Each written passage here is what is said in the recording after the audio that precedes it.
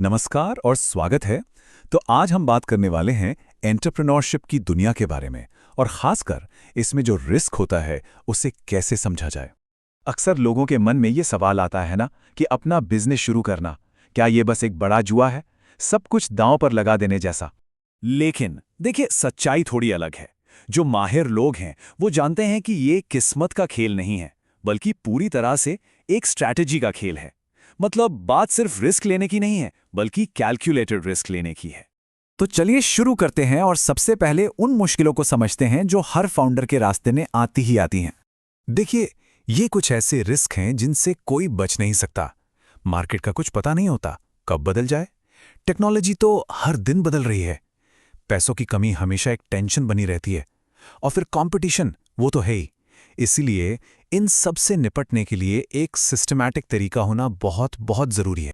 ठीक है, तो अब ये समझते हैं कि एक स्मार्ट मूव और एक अंधेरे में तीर चलाने में आखिर फर्क क्या होता है। तो फर्क साफ है ना? एक तरफ है कैलकुलेटेड रिस्क, जो पूरी एनालिसिस और तैयारी पर टिका होता है। इसमें हमेशा एक प्लान भी होता है। दूसरी तरफ है बस अंदाजे पर लिया गया फैसला, जिसमें कोई बैकअप नहीं होता।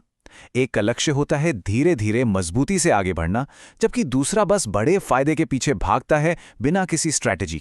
तो ये कैसे किया जाता है? इसके लिए एक 4 स्टेप का फ्रेमवर्क है जो रिस्क को एक टेंशन से हटाकर प्लानिंग का एक हिस्सा बना देता है। सबसे पहले पहचानिए कि क्या क्या गलत हो सकता है। फिर ये देखिए कि उसके होने की कितनी संभावना है और असर कितना बुरा होगा। इसके बाद उसे कम करने का प्लान बनाइए, एक बैकअप तैयार रखिए और आखिर में लगातार नजर रखिए कि कहीं हालात बदल तो नहीं रहे। तो चलिए, प्लान तो बन गया। अब बारी है पहला कदम उठाने की। और जैसा कि हमने कहा, ये एक छोटा लेकिन समझदारी भरा कदम होना चाहिए। इसका मतलब क्या है? इसका मतलब है कम लागत से शुरुआत करना। ये एक ऐसी स्ट्रैटेजी है जिसमें आप अपना सब कुछ एक बार में नहीं झोंक देते, बल्कि छोटे छोटे इन्वेस्टमेंट से शुरू करते हैं, ताकि शुरुआती दौर में फाइनेंशियल रिस्क कम से कम हो। और ऐसा करने के फायदे जबरदस्त हैं। एक तो पैसों का रिस्क बहुत कम हो जाता है, आप जल्दी प्रॉफिटेबल हो सकते हैं। और सबसे बढ़िया बात, अगर चीजें काम नहीं कर रही हैं तो आप आसानी से अपनी डायरेक्शन बदल सकते हैं। खासकर जो पहली पीढ़ी के एंटरप्रेन्योर्स हैं, उनके लिए तो ये बेहतरीन तरीका है। चलिए, बिजनेस तो शुरू हो गया। अब फाउंडर को आगे के सफर के लिए एक मैप की जरूरत पड़ेगी। और वो मैप है स्टार्टअप साइकिल।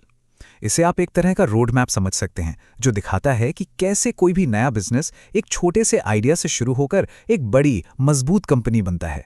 तो ये पूरा सफर कुछ इस तरह दिखता है। सबसे पहले एक आइडिया आता है, फिर उसे वैलिडेट किया जाता है, देखा जाता है कि ये काम करेगा भी या नहीं। उसके बाद एक प्रोटोटाइप या एमवीपी बनता है। फिर होती है मार्केट में एंट्री, और फिर ग्रोथ और स्केल करने का दौर आता है। और आखिर में बिजनेस या तो स्टेबल हो जाता है या फिर फाउंडर एग्जिट ले लेता है। हर स्टेज की अपनी अलग रिस्क और अपनी अलग जरूरतें होती हैं। एक बात तो पक्की है, कोई भी फाउंडर ये सफर अकेले तय नहीं कर सकता। इस सफर में सही साथी, सही गाइड मिलना बहुत जरूरी है। और यहीं पे आते हैं एंजल इन्वेस्टर्स। ये वो लोग होते हैं जो सिर्फ पैसा ही नहीं लगाते, बल्कि अपना कीमती वक्त और तजुर्बा भी देते हैं, खासकर जब स्टार्टअप अपने बिल्कुल शुरुआती दौर में होता है। और फिर आते हैं वेंचर कैपिटलिस्ट यानी वीसीज। ये प्रोफेशनल इन्वेस्टर्स होते हैं जो तब मैदान में आते हैं जब बिजनेस को तेजी से बड़ा करने के लिए, स्केल करने के लिए बड़े फंड्स की जरूरत होती है। और ये टेबल इन दोनों के बीच के फर्क को बहुत अच्छे से समझाती है। एंजल इन्वेस्टर्स शुरुआत में आते हैं, छोटा निवेश करते हैं और मेंटरशिप पर ज्यादा ध्यान देते हैं।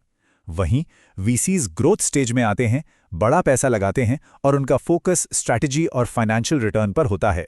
ये जानना बहुत जरूरी है कि किस स्टेज पर किसके पास जाना है। तो कुल मिलाकर सार क्या है? पहली बात, रिस्क से भागा नहीं जा सकता, उसे मैनेज करना सीखना होगा। दूसरी, ग्रोथ के लिए सोचे समझे रिस्क लेने ही पड़ते हैं। तीसरी, छोटी शुरुआत करना फेलियर के चांस को कम कर देता है। और चौथी, सही टाइम पर सही फंडिंग मिलना, ये बहुत जरूरी है। तो आखिर में सवाल बस एक ही बचता है, रिस्क तो रहेगा ही, उसे कोई खत्म नहीं कर सकता।